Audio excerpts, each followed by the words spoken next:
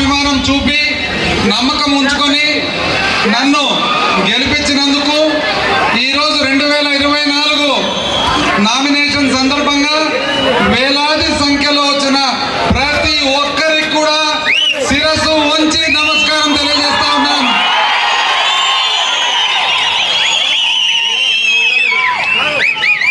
ప్రజాస్వామ్యంలో ఎంతో కీలకమైనది ఎన్నికలు.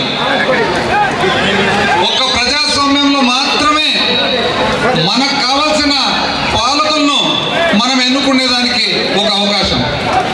అయితే ఈ ప్రజాస్వామ్యంలో అన్ని పనులు పక్కన పెట్టి ప్రజాస్వామ్యము కొనసాగేదానికి కానీ ప్రజాస్వామ్యము నిలబెట్టేదానికి అందరికంటే గొప్ప త్యాగము మీరు కార్యకర్తలు అని చెప్పి మీ అందరికీ నేను తెలియజేస్తాను.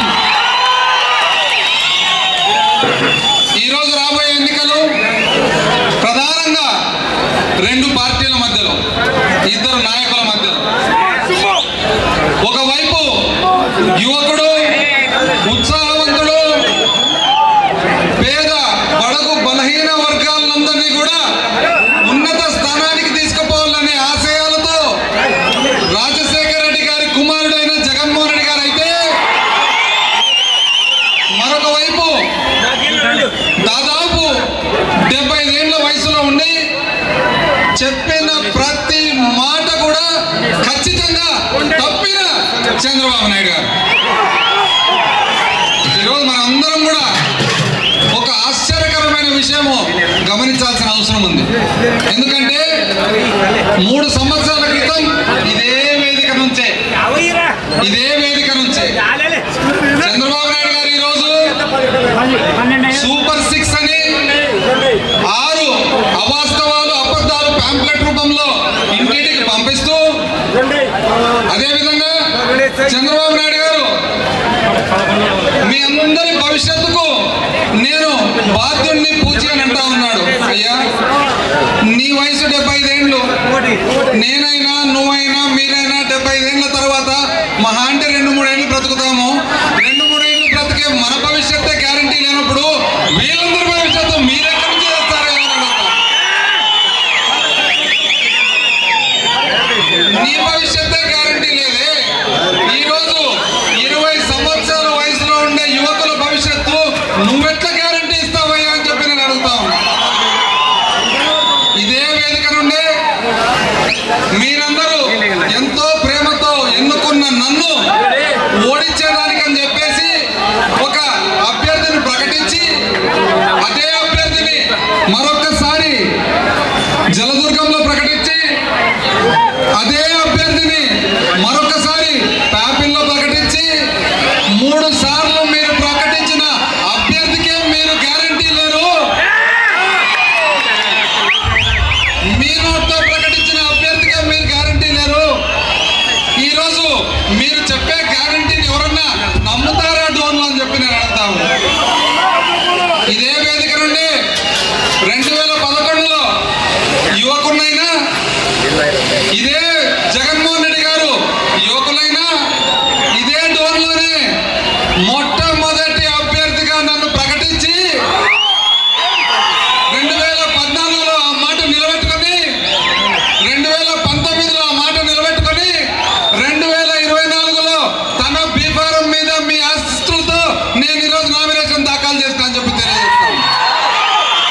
ఒకవైపు కోట్ల, ఒకవైపు కేయి, 2 కుటుంబాలు ఉన్నారని అంటే కూడా జగన్మోహన్ రెడ్డి గారు మీ అందరి ఆశీస్సులతో, నా మీద నమ్మకంతో తాను ప్రకటించిన మాట 2014లో నిలబెట్టుకునేదానికి చంద్రబాబు నాయుడు గారు 3 సార్లు ప్రకటించిన అభ్యర్థిని ఇంటికి సాగనంపిన దానికి ఎవరికయ్యా భరోసా?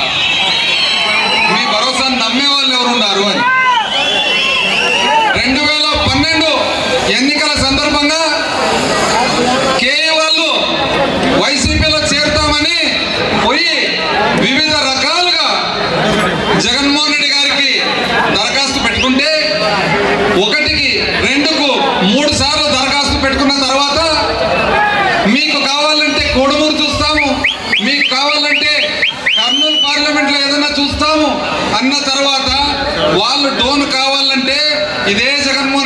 2012 ఎమ్మిగన్నూరుకు వస్తుండగా రాత్రి బళ్ళారిలో బస చేసినప్పుడు అన్న మాట మీ అందరికీ నేను తెలియజేస్తాను. ఇప్పుడు తానన్న మాట, నేను రాజాను అక్కడ ప్రకటించినాను, రాష్ట్రంలోనే మొట్టమొదటి అభ్యర్థిగా ప్రకటించినాను. ఎందుకు ప్రకటించినానంటే ఇటువంటి అభ్యర్థులు నా దగ్గర రాష్ట్రంలో ఉండబోతున్నారని.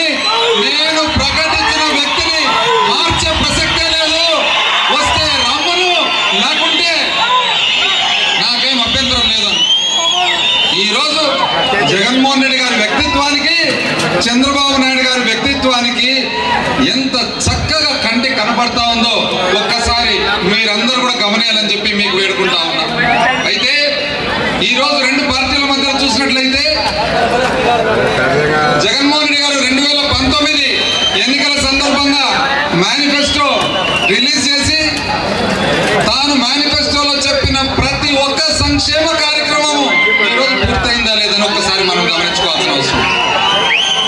అర్హత ఉన్న ప్రతి ఒక్కరికి అమ్మఒడి, అర్హత ఉన్న ప్రతి ఒక్కరికి విద్యా దీవెన, జగనన్న వసతి దీవెన, అదేవిధంగా ఆసరా పొదుపు అక్క చెల్లెమ్మలకు, చేయూత అక్క చెల్లెమ్మలకు, రైతు భరోసా, మరి అదేవిధంగా వితంతువుల వృద్ధుల పెన్షన్.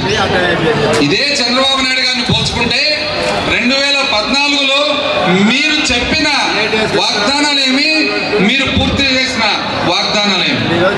మీరు పొదుపు అక్క చెల్లెమ్మలకు మీరు రుణం మాఫీ చేస్తా అని చెప్పిన మాట మీరు కనీసం ₹1 మాఫీ చేసినారా అని. అదేవిధంగా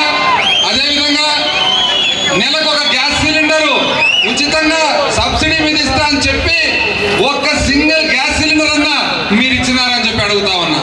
ఈ రోజు కొత్తగా వచ్చి ఇంటికి 3 గ్యాస్ సిలిండర్లు ఇస్తానంటే 2014 నుంచి లెక్క చేస్తే సంవత్సరానికి 12 మాదిరిగా 60 గ్యాస్ సిలిండర్లు బాకీ ఎక్కడుంది చంద్రబాబు గారు అని చెప్పి నేను అడుగుతాను.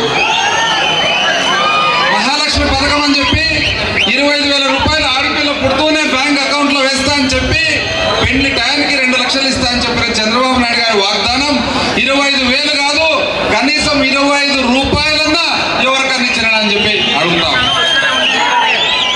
ఈరోజు రైతు భరోసా చంద్రబాబు నాయుడు గారు బేషరతుగా అని చెప్పి తాను అర్థంగా మాత్రంగా చేసి దానికంటే కూడా బ్యాంకులు రైతులకు ఇవ్వవలసిన అప్పు ఇచ్చే అప్పును కూడా పాడు చేసిన మాట మీ అందరికీ నేను ఒకసారి గుర్తు చేస్తాను.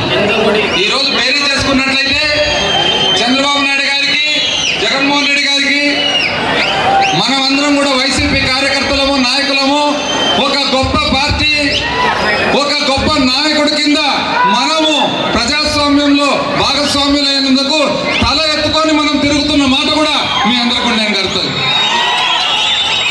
తెలుగుదేశం పార్టీ కార్యకర్తలు బయటికి పోయినప్పుడు వాళ్ళ నాయకుడు కానీ వాళ్ళ మేనిఫెస్టో కానీ ఒక్కటన్నా నిజం ఉందా అని చెప్పి మనం గమనించాలి. అంటే అబద్ధాలతో కూడుకున్న ఒక పార్టీలో కార్యకర్తలుగా ఉన్నందుకు వాళ్ళ మనస్సాక్షి, అదే మనము చెప్పిన మాట ఖచ్చితంగా నెరవేర్చే ఒక పార్టీకి నాయకుని కింద మన తల ఎత్తుకొని తిరిగే మనస్సాక్షి ఏ విధంగా ఉందని చెప్పి ఒక్కసారి గర్వంగా చూసుకోవాలని చెప్పి తెలియజేస్తా ఉన్నాం. ఇది ఈ విధంగా ఉండగా ఇక్కడ స్థానికంగా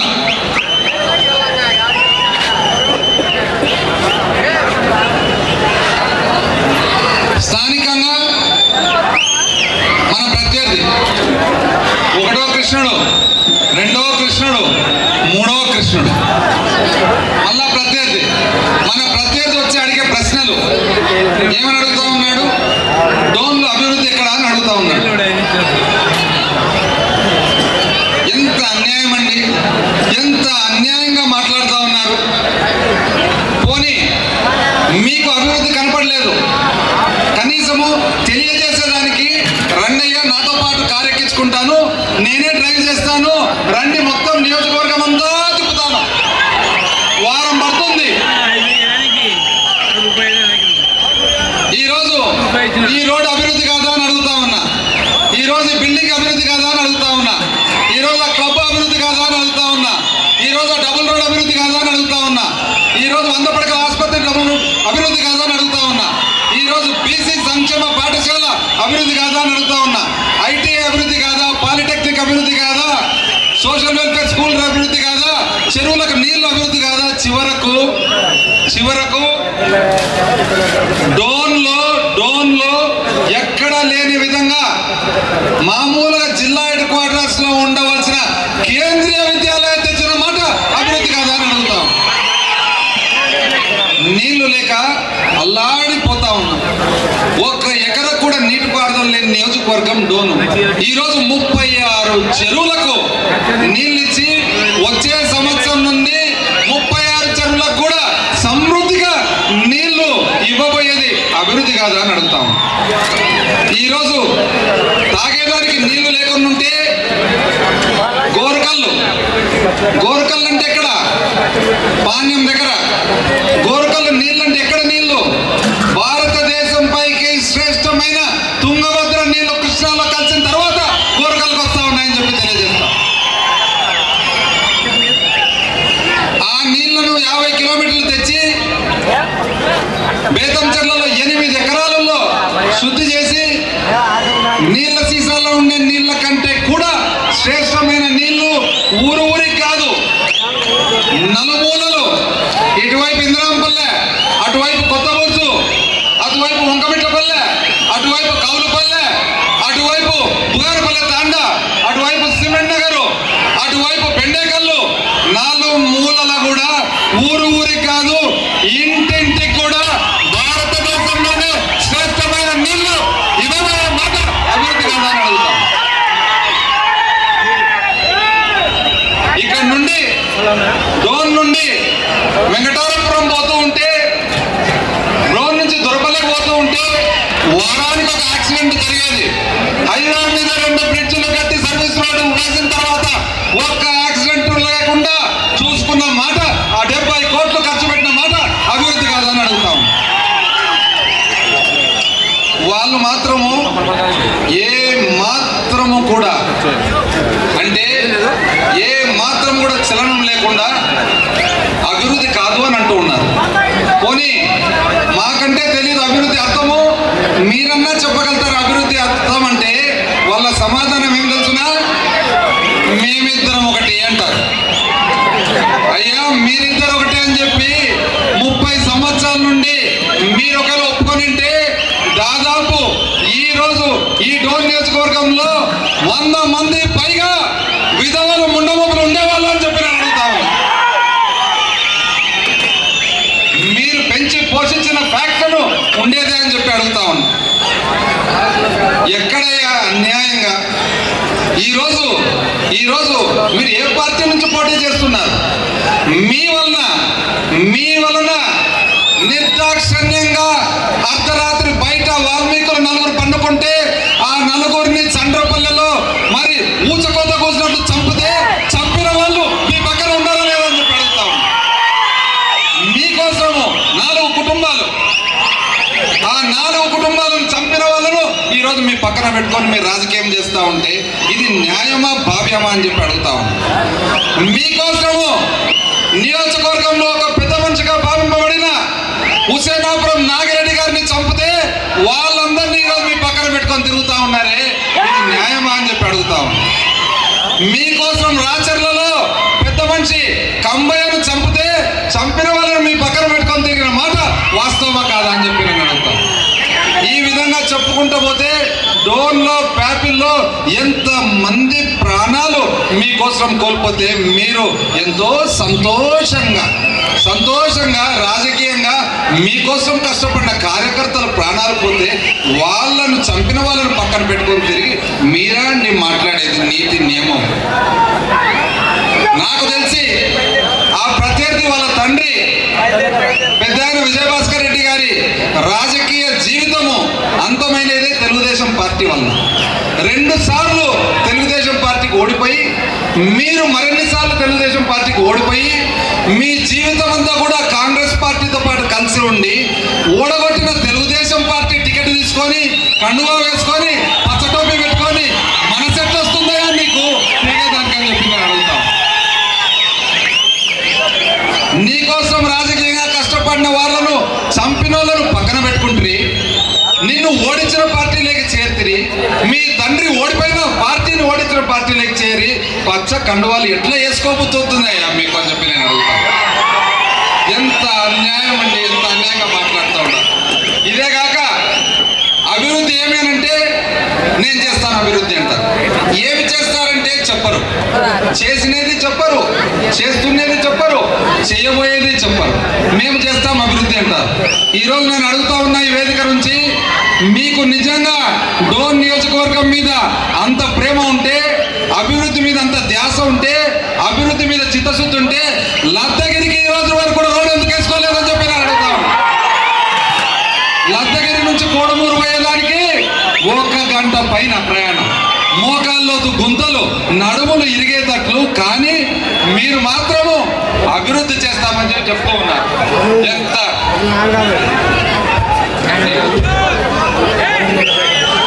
ఎంత అన్యాయం ఉంది అని చెప్పి అడుగుతా ఉన్నారు. మీరు మంత్రిగా ఉన్నారు, మీరు మంత్రిగా ఉన్నప్పుడు ఒక్కటన్నా కానీ మీరు మంత్రిగా ఉన్నప్పుడు రైల్వేలో చేసిన పని అని చెప్తే ఒక్కటి కూడా చెప్పలేకుండా ఉన్నారు. 2019లో మనం వచ్చిన తర్వాత డోన్లో సబ్ కోర్టు తెచ్చేదే కాక, మొదలు పెట్టేదే కాక 23 కోట్లతో కొత్త భవనం 4 కోట్స్ వెళ్ళి కడుతున్న మాట మీకు తెలియదు. అటువైపు మేమిద్దరం ఒకటిలో అర్ధ భాగం అటువైపు ఉంది కదా, రెవెన్యూ మంత్రికి ఉంటారు కదా, ఉప ముఖ్యమంత్రికి ఉంటారు కదా. మీరు తేలేని రెవెన్యూ డివిజన్ ఆర్టీఓ ఆఫీసు మనము తెచ్చుకున్న మాట గర్వంగా మీ అందరికీ నేను తెలియదు. అదేవిధంగా అభివృద్ధి గురించి, వీళ్ళ చిత్తశుద్ధి గురించి చెప్పమంటారా?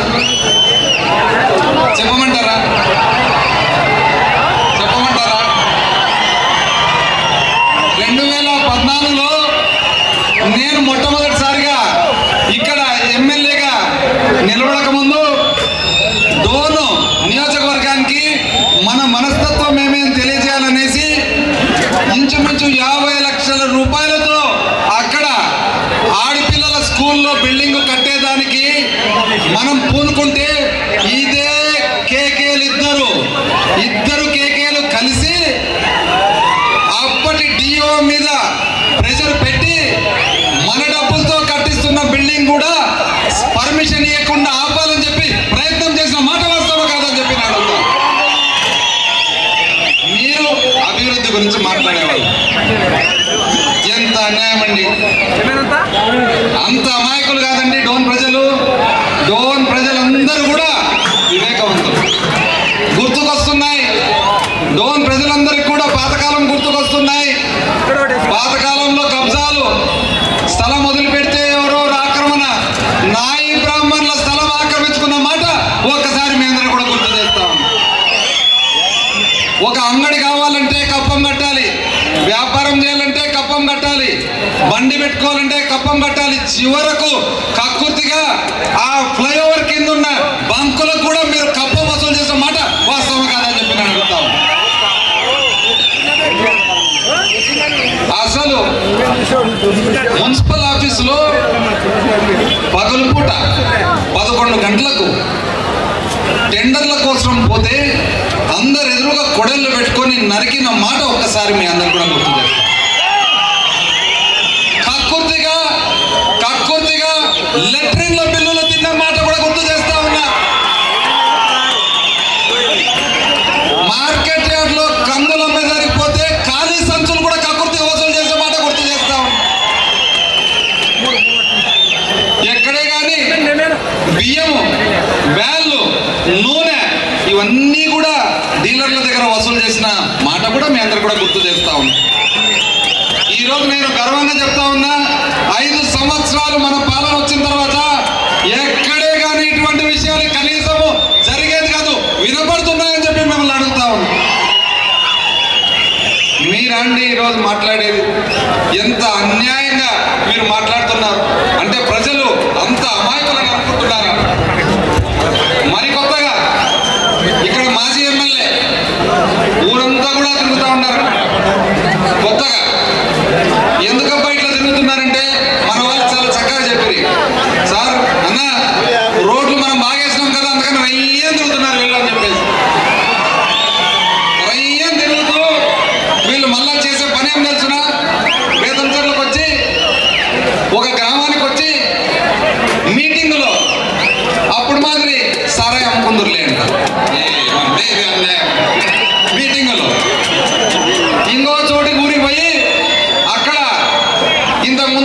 మీటింగ్ జరుగుతుంది కదా చేసుకుందరులే అంట.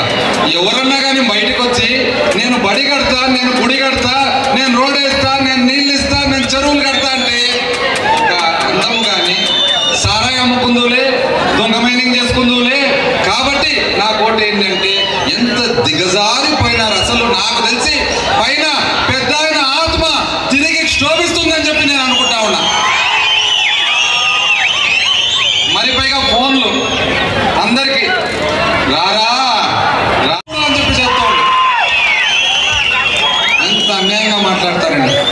ఏది ఏమైనా డోన్ ప్రజలందరూ కూడా వివేకవంతులని చెప్పి ఖచ్చితంగా నమ్ముతూ మీరు ఇన్ని సంవత్సరాలుగా మా మీద చూపిన ప్రేమ అభినందనకి కృతజ్ఞులై రాబోయే ఎన్నికల్లో కూడా మీరు ఎంతో నమ్మకం ఉంచుకున్న మా మీద మరొకసారి కూడా ఫ్యాన్ గుర్తుపై ఓటు వేసి నా మీద మన ఎంపీ బ్రహ్మానంద రెడ్డి అన్న మీద ఫ్యాన్ గుర్తుపై ఓటు వేసి ఒక్కసారిగా, ఎందుకంటే ఈరోజు ఆంధ్రప్రదేశ్ రాష్ట్రంలో శ్రీకాకుళం నుంచి చిత్తూరు వరకు ఎక్కడ పోయినా కూడా డోన్ అంటానే అభివృద్ధి అని అంటా ఉన్నారు. డోన్ అంటానే అభివృద్ధి. ఈరోజు పులివెందులు అంటానే జగన్మోహన్ రెడ్డి గారి నియోజకవర్గం అంటారు. గజ్వేల్ అంటానే కేసీఆర్ గారి నియోజకవర్గం అంటారు. అదేవిధంగా సిద్దిపేట అంటానే హరీష్ రావు గారి నియోజకవర్గం అని అంటారు. కుప్పం అంటానే చంద్రబాబు నియోజకవర్గం అంటారు. లద్దగిరి గురించి కనీసం ఎవరైనా విన్నోళ్ళు ఉన్నారా అని చెప్పి మొన్ననే ఒక పెద్ద మనిషి పెళ్లి పత్రిక ఇచ్చినాడు లద్దగిరి సంబంధం. నేను నవ్వుకుంటూ రోడ్లు బాగలేమో కదా నాయన పెద్ద అయినా పోయేదానికంటే ఆయన నవ్వుకుంటూ పర్వాలేదులే నెక్స్ట్ మీరు మళ్ళీ ఆ రోడ్డు కూడా మీరే వేపిస్తారు కదా అని అన్నారు అనమాట.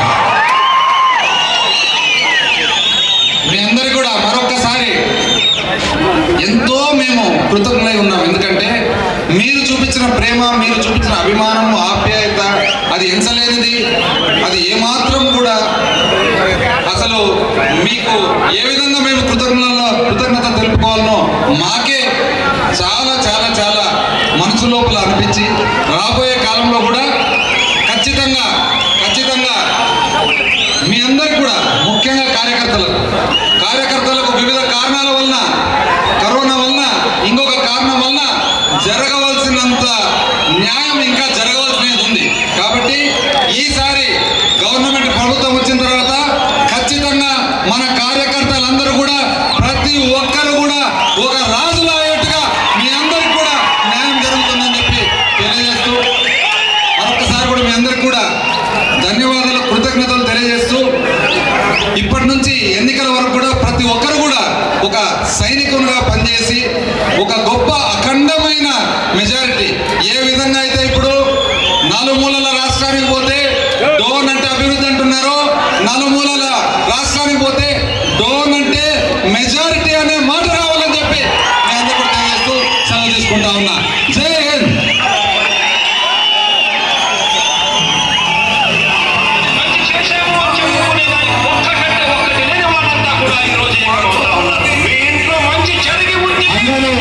ఎస్కేప్ హై స్కూల్ దగ్గర భోజనాలు ఏర్పాటు చేయడం జరిగింది. దయచేసి వచ్చినటువంటి నాయకుల కార్యకర్తలంతా కూడా ఎస్కేప్ హై స్కూల్ వెనకాల శ్రీ సుధ స్కూల్లో భోజనం చేసి వెళ్ళాలని చెప్పి కోరుతున్నాం.